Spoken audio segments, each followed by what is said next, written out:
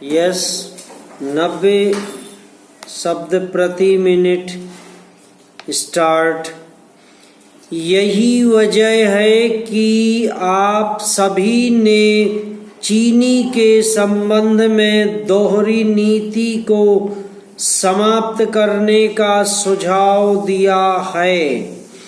वास्तव में कुछ समय पहले मेरा भी ऐसा ही विचार था, लेकिन बाद में मुझे इस संबंध में अपने विचार बदलने पड़े।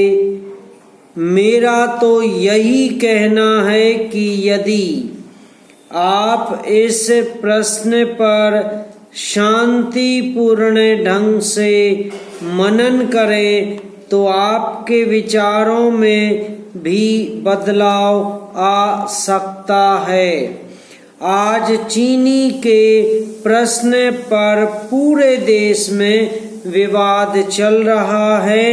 मेरा मत है कि सरकार चीनी उत्पाद के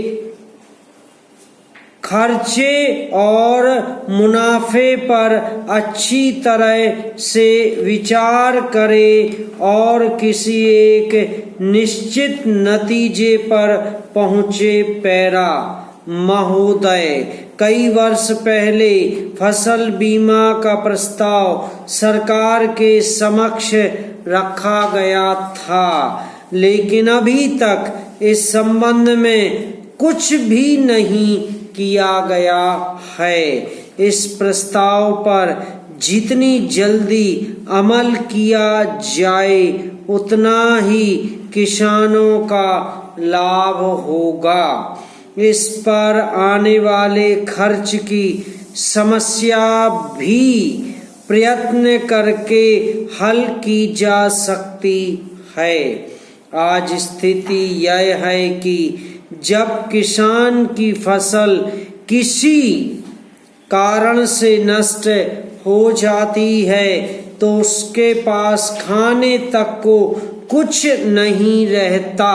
फसल बीमे की व्यवस्था करके उसे इस कठिनाई से बचाया जा सकता है। पैरा सभापति महोदय, सभी जानते हैं कि हमारे देश में अधिकतर लोग खेती करते हैं, लेकिन फिर भी हम खेती के मामले में अभी तक आत्मनिर्भर नहीं हो पाए हैं।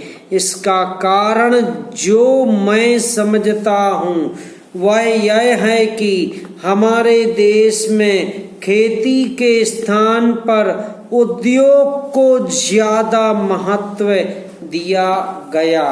मेरा निवेदन है कि खाद्यान्न की समस्या को सुलझाने की ओर हमें विशेष ध्यान देना चाहिए और इसके लिए अत्यंत आवश्यक है कि किसानों के लिए सिंचाई और अच्छे बीज की पर्याप्त व्यवस्था की जाए। पैरा माननीय उपाध्यक्ष महोदय, मैं आपका अत्यंत आभारी हूँ कि आपने मुझे इस माननीय सदन के समक्ष अपनी बात रखने का अवसर प्रदान किया है। सदन में इस समय जो बहस सत्ता दल और विरोधी दल के बीच में चल रही है वह बहुत ही महत्वपूर्ण और उपयोगी है, क्योंकि इस चर्चा का संबंध हमारे देश की आम जनता से है।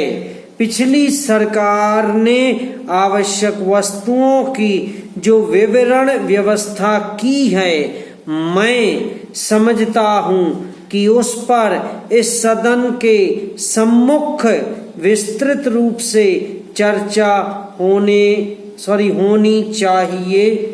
समाप्त।